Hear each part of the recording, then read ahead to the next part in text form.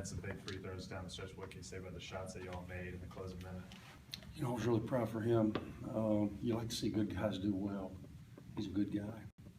He struggled with his shooting all year, and I think it's affected really all parts of his game. He was brought in. I remember sitting in this very seat months ago talking about our ability to stretch the defense. I thought we had a couple of stretch fours.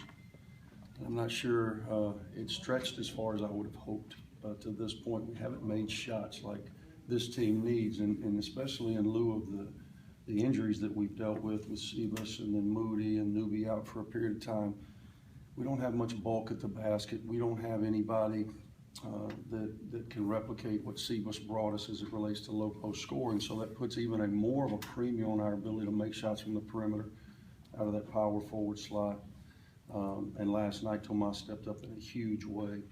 You typically can't win SEC road games regardless of the opponent when you turn it over 17 times and you allow the other team to shoot 50% in their own building. The way we were able to do that was we shoot a season high. We make a season high 14 threes at about 50%. We make over 80% of our free throws. So we made every big play we needed to offensively down the stretch. Andy Anthony's been shooting it well for a few games now. Looks like his percentage is pretty good. What's from three, I would agree with you. We don't finish very well in the paint. As a matter of fact, last night we had a season low 4 baskets in the paint. Yeah. We were 4 for 11, which is not a stat that you want to hang your hat on. So again, it puts a huge premium on our ability to make shots on the perimeter. And last night, thank goodness we did. Is there any update on Sebas? He is progressing as well as to be expected.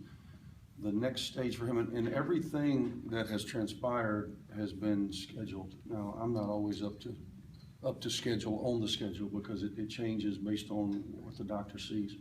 But he has had no setbacks whatsoever.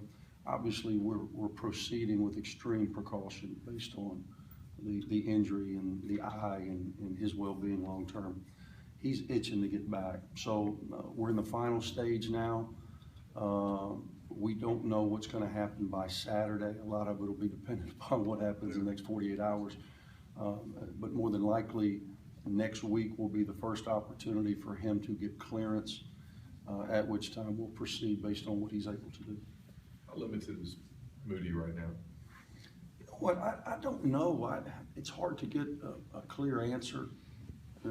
I watch him, and you know, it's one thing to anticipate pain, and with a hamstring, I think some of it is he's anticipating, you know, something to catch him so he doesn't want to explode. But I watch him in reactionary moments with the naked eye as well as on film, and I don't see much of a grimace. I don't see much of a holding back. He's still pretty explosive when he needs to be based off instinct.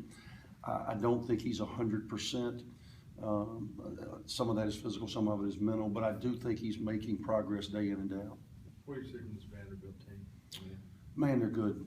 You know, when you look at their record at 12-9, no one really knows what's happening in somebody else's team. But I think many people, I remember maybe Seth Greenberg predicted them to be a dark horse for a Final Four. I know when I filled out my ballot for who I thought was going to win the league, I put Vanderbilt on the one line. I just think they have all the pieces. And, you know, we're 2/3 through the regular season. They're still very capable of going on a tremendous run and reeling off 8, 9, 10 in a row, getting in the tournament and, you know, being on that line where you look up and you're facing a very formidable opponent because they've got all the pieces. You tell me in college basketball how many guys have 3 of their 5 starters, which will be first-round picks. There's not a lot of those guys out there, and they do. They got 3 first-round picks in their starting 5. They've got the best low-post scorer in our league in Damian Jones. They've got a kid in Luke Cornett. I played against his father, and he came as strictly a stretch 4. He's grown to about 7'1" now, and he leads the SEC in shot blocks. So not only can he stretch you out to 3, they run offense through him with his ability to make good decisions with the ball, and he leads the league in block shots. So that's where it starts for them, and then they surround those guys with Wade Baldwin, who is a tremendous, long, athletic point guard. Then they've got shooters spotted around them. So offensively, they pose a lot of challenges, and especially with us, they're probably the second most, or maybe the most problematic team without a true presence at the basket. So Sebas' absence will hurt us probably more in this game than possibly any other, simply because they're so difficult to defend at the basket, and you don't want to just give them a steady diet of one zone because they're so prolific with their ability to make shots. As a team, they shoot 40% in league play from three, and we don't have one guy that shoots 40%. So they pose some problems. We'll try to game plan them as best we can, and then we've got to be good offensively. This is not a game that we can win if we don't score the basketball, because they're a very difficult defensive matchup for us. You got some teams that you play, Andy, I guess, where you can lay off a guy or two out behind the arc, but they all shoot it pretty well, don't they? Yeah, all five guys, and then they'll get into their bench, and their bench shoots it as well. They've got a really good team, and they play Texas A&M finally. We got to, you never know with the schedule. You know, sometimes it works against you, and sometimes it works for you as it relates to rest and travel and so forth. And they've got a battle tonight. You know, they play Texas A&M in Nashville, which regardless of what happens, they'll have 1 day prep and travel to come here. And hopefully today we can take advantage of that, get a little bit of a head start on them. We'll watch the game live tonight, and I'll encourage all our guys to do as well, and try to get a good feel for you know, give us the best chance possible to combat them. For Candace Hyman, he's sort of had the trial by fire with Sebas being out, of course. Do you think that this is his biggest challenge going forward as this Vanderbilt team? Yeah, every game has been a challenge for him because, just as you said, he comes in, honestly, as you're sitting around in October and November and preparing for the season, and you look at your team, you know, you want to anchor it around frontline, you want to anchor it around Sebas. And I thought Sebas has had a tremendous year prior to the injury of averaging close to a double-double and being a guy. As I've said, our goal was for him to be in a position to garner all league votes, which I think he put himself in a position to do. So he's going to anchor us up front. Then you surround him with a fifth-year guy in Giallo. You got a senior who's been in your program 4 years, and Anthony Perez, who had a great summer. You know, you want to put KG in a position where he can learn and grow and play with energy and not worry about fouling so much. We want him flying around making athletic plays. And now all of a sudden, we're asking him to come in and anchor us at the rim.